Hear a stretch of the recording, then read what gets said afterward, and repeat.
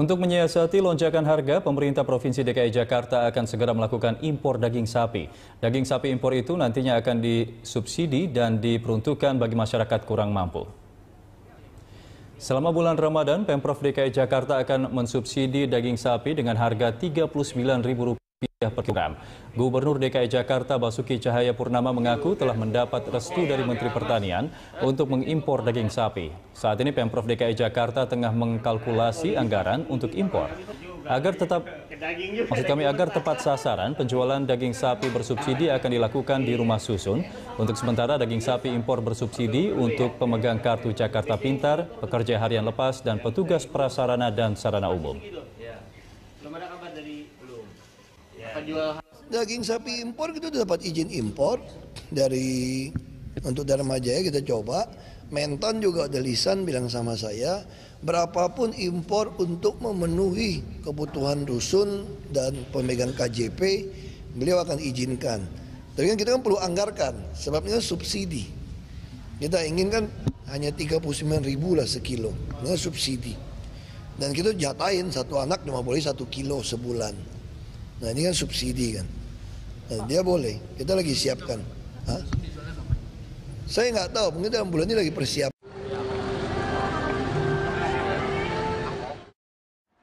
Menteri Dalam Negeri Republik Indonesia Cahyokumolo bersama Gubernur DKI Jakarta Basuki Cahayapurnama meresmikan Jakarta Fair Kemayoran tahun 2016 di panggung utama Jakarta Fair Kemayoran, Jakarta Pusat, Jumat 10 Juni 2016. Pergelaran Jakarta Fair Kemayoran ke-49 kalinya ini merupakan rangkaian hari ulang tahun ke-489 DKI Jakarta. Adapun penyelenggaraan ini berlangsung selama 38 hari, mulai dari 10 Juni hingga 17 Juli 2016. Menteri Dalam Negeri Republik Indonesia Cahyokumolo mengatakan, penyelenggaraan Jakarta Fair Kemayoran 2016 ini diharapkan dapat mendorong peningkatan investasi dan volume perdagangan di DKI Jakarta maupun di seluruh Indonesia. Dengan demikian, dampak yang diharapkan dari penyelenggaraan ini juga mampu menciptakan lapangan kerja baru, peningkatan pendapatan masyarakat, dan peningkatan kesejahteraan masyarakat di daerah Provinsi DKI Jakarta.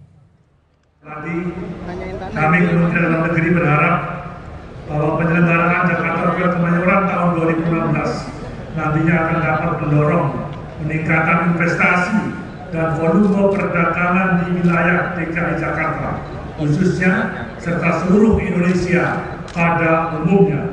Dampak yang diharapkan terhadap semua ini adalah terciptanya bentuk lapangan kerja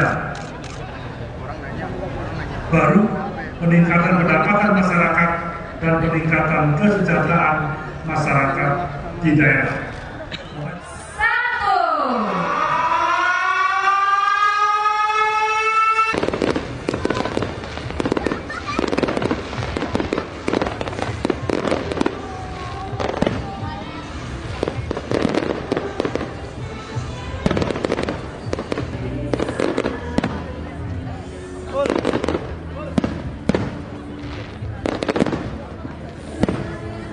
Usai peresmian, Gubernur DKI Jakarta Basuki Cahayapurnama berkesempatan meninjau anjungan Pemprov DKI. Anjungan-anjungan tersebut berisikan program-program pembangunan serta visualisasi perkembangan DKI Jakarta dan inisiatif Jakarta Smart City. Gubernur DKI Jakarta Basuki Cahayapurnama mengatakan, penyelenggaraan Jakarta Fair Kemayoran tahun 2016 ini merupakan arena promosi dan juga bagian dari wisata dan belanja bagi warga DKI maupun dari daerah lain. Lebih lanjut, Basuki menambahkan, penyelenggaraan Jakarta Fair Kemayoran bertepatan dengan liburan anak sekolah dan diharapkan fasilitas penunjang liburan seperti hotel dan tempat hiburan diisi dengan baik. Selain itu, melalui penyelenggaraan ini juga merupakan ajang promosi produk-produk daerah yang mampu menumbuhkan perekonomian. Sebagai gubernur, ini arena promosi promosi kan, ini kan bagian sebuah tempat wisata, bukan orang dagang, tapi juga tempat orang datang ke Jakarta. Karena kan ini kan liburan sekolah. Jadi semua orang datang ke Jakarta, tentu kita harapkan hotel, hiburan, semua akan berisi dengan baik. Dan ini juga ajak promosi produk-produk kita dan orang juga akhirnya pertumbuhan ekonomi juga sedang. Dari Jakarta Pusat, Bayu Suseno memberitakan.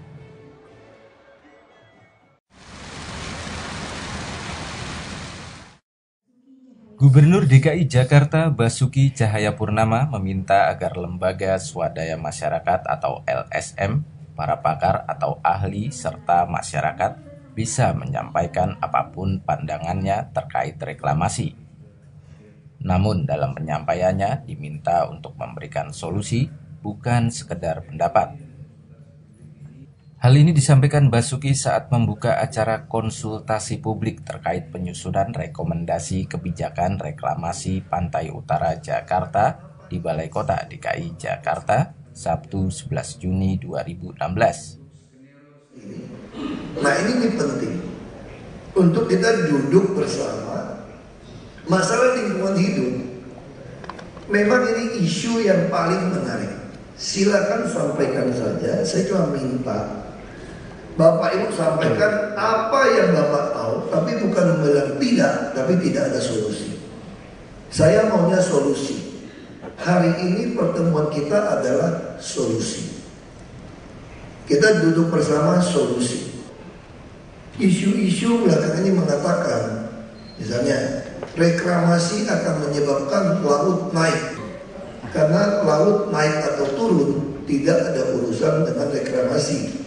Ini urusan dengan daya tarik bulan.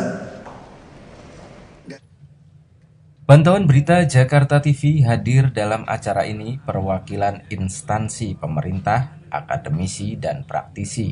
Di antaranya Direktur Perencanaan Ruang Laut Kementerian Kelautan dan Perikanan Republik Indonesia, Subanduno, Direktur Jenderal Planologi, Kehutanan, dan Tata Lingkungan, Kementerian Lingkungan Hidup dan Kehutanan Republik Indonesia, San Afri Awang, Deputi Gubernur Bidang Tata Ruang dan Lingkungan, Oswar Muazzin, serta perwakilan dari Kementerian Koordinator Bidang Kemaritiman Republik Indonesia. Dari Balai Kota DKI Jakarta, Bayu Suseno memberitakan. Informasi selanjutnya, Gubernur Basuki Cahayapurnama menginstruksikan untuk mensterilisasi busway dari kendaraan pribadi dan umum. Ahok berencana akan menggunakan jalur bus Transjakarta ini sebagai jalur emergensi bila terdapat kondisi darurat seperti kecelakaan. Di Sub DKI Jakarta hari Senin pekan depan mulai mensterilisasi. Maksud kami hari Senin esok ini mulai mensterilisasi semua koridor busway. Hal ini dilakukan sebagai upaya Pemprov DKI Jakarta untuk mengedukasi warga agar mau menggunakan kendaraan umum. Selain itu, busway akan diperuntukkan sebagai jalur evakuasi bila ada kecelakaan dan kejadian darurat lainnya. Ahok menambahkan selain bus Transjakarta, nantinya hanya plat kendaraan RI, ambulans, dan pemadam kebakaran yang boleh melintasi busway. Selain itu, kepolisian juga dilarang memberikan diskresi bila ada kendaraan pribadi melintas di jalur busway. Kita nggak bicara sterilisasi busway saja, kita bicara Jakarta ini harus ada, karena begitu macet harus ada satu jalur evakuasi. Jalur evakuasi itu yang kita mau numpang di jalur busway. Kalau satu mobil karena kepanasan nih mobil agak kepanasan terus kebakar. Bisa nggak kamu kirim helikopter turun? Nggak bisa loh, kabel-kabel kita di atas. Satu-satu cara apa? Kirim pemadam kebakaran. Pemadam kebakaran gimana mau nyampai ke tengah nyemprot? Satu-satu cara ya jalur busway. Terus ada orang sakit, kena serangan jantung, 9 jam masih sampai. Jakarta gitu macet. Atau ada yang mau melahirkan. Kalau nggak ada satu jalur yang dikosongkan steril untuk evakuasi, kamu mau pakai lewat mana? Itu pemikiran saya. Relawan pendukung Gubernur DKI Jakarta Basuki Cahayapurnama atau teman Ahok tidak terlalu khawatir dengan hasil revisi Undang-Undang Pilkada. Mereka tetap optimistis Ahok tetap akan maju di Pilgub DKI Jakarta pada 2017 lewat jalur calon perseorangan atau independen. Undang-Undang Pilkada hasil revisi yang belum lama disahkan oleh DPR memang memperketat verifikasi dukungan warga kepada calon perseorangan atau independen. Verifikasi faktual dilakukan KPU dengan mendatangi rumah warga yang memberikan KTP dukungan. Namun regulasi baru ini oleh teman Ahok hanya dianggap sebagai tantangan baru. Meski KTP dukungan akan berkurang, teman Ahok masih tetap optimistis Ahok maju dalam Pilgub lewat jalur calon perseorangan atau independen. Apalagi KTP dukungan bagi Ahok telah mencapai angka 970.000 atau tinggal 30.000 lagi sebelum mencapai target 1 juta dukungan. Pasti ya, kalau misalkan dianya nggak ada di Jakarta, otomatis kan kita ngubunginnya juga susah. Kalau misalkan dia nggak ada di Jakarta terus dia langsung ke sini itu juga nggak mungkin kan Kak. Jadi susah juga, pasti itu ngurangin banget.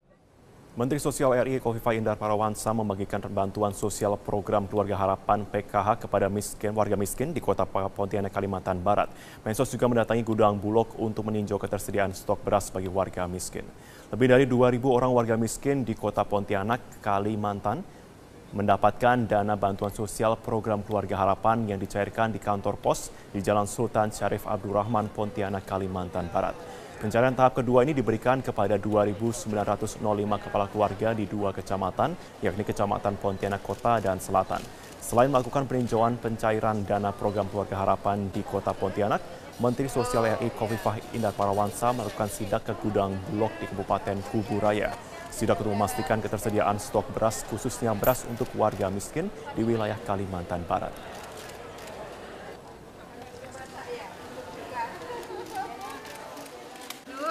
Anak kecil. Ya, pemerintah Provinsi DKI Jakarta akan memperketat sterilisasi jalur Transjakarta mulai Senin besok. Sebagian besar warga Jakarta menyetujui rencana sterilisasi jalur Transjakarta ini karena dinilai membantu menertibkan lalu lintas Jakarta meski jalanan dalam kondisi macet. Waktu saya kan naik ke transportasinya naik busway kan untuk kuliah. Terus kalau misalnya waktu itu nggak disterilisasi itu bisa sampai 2 jam lama nunggu busway. Itu sekarang jadinya nunggu busway itu cuma 10 menit udah ada busway-nya lagi gitu. Jadi cepat mempermudah akses untuk kita bertransportasi gitu. Jadi nggak buang-buang waktu. Jalur Transjakarta ini disterilisasi Pak, hanya bisa dilewati oleh bus Transjakarta saja begitu. Setuju sekali. Karena dengan ada busway itu kan maksudnya untuk memperlancar transportasi dan mengkecilkan supaya orang lebih naik ke transportasi umum, mengurangi kemacetan fungsinya kan. Saya sih pertama kali paling bertanya dulu ya kepentingannya. Kalau misalnya kayak ambulans, kayak polisi kan istilahnya itu mendesak. Kalau misalnya kayak menteri itu kebutuhannya apa dulu gitu. Jangan istilahnya pilih kasih sama yang lain gitu. Itu aja sih. Ya, dan Wakil Presiden Yusuf Kala mengkritik razia yang dilakukan pemerintah Kota Serang, Banten terhadap warung makan yang berjualan di siang hari saat bulan Ramadan yang kemarin sempat ramai ya. Razia ini dinilai tidak tepat dan juga sewenang-wenang. Betul sekali, Wakil Presiden Yusuf Kala ini menekankan pentingnya saling menghormati antara kalangan muslim yang sedang berpuasa dan yang tidak berpuasa. Seperti inilah saat petugas Satuan Polisi Pamong Praja Serang, Banten merazia warung makan dan restoran yang buka pada siang hari di bulan puasa. Seluruh makanan yang ada di dalam warung makan langsung disita petugas untuk dimusnahkan. Pemilik warung histeris dan memprotes tindakan petugas yang dianggap arogan serta merazia tanpa adanya surat teguran terlebih dahulu. Namun, aksi Satpol PP Serang, Banten ini menuai kritikan, diantaranya Wakil Presiden Yusuf Kala. Razia ini dinilai tidak tepat dan sewenang-wenang dan tidak sesuai dengan aturan yang seharusnya. Wakil Presiden Yusuf Kala menekankan pentingnya saling menghormati antar kalangan muslim yang sedang berpuasa dan yang tidak berpuasa. Jadi tidak boleh karena alasan itu maka bukan semena-mena mensweeping yang tidak sesuai. Ya di mana-mana kan boleh karena tetap harus melayani yang 3 hal tadi ini kan. Orang musafir bagaimana kalau tidak ada makanan? Orang yang sakit perlu makanan gimana? Atau orang yang memang tidak puasa kan? Petugas Satpol PP Kota Serang, Banten merazia dan menyita dagangan yang dijual di warung-warung makan yang tetap buka pada siang hari saat bulan Ramadan. Penyitaan makanan yang dilakukan petugas Satpol PP ini dilakukan untuk memberikan efek jera kepada pedagang agar tidak lagi berjualan makanan pada siang hari di bulan suci Ramadan. Tim Liputan, Metro TV.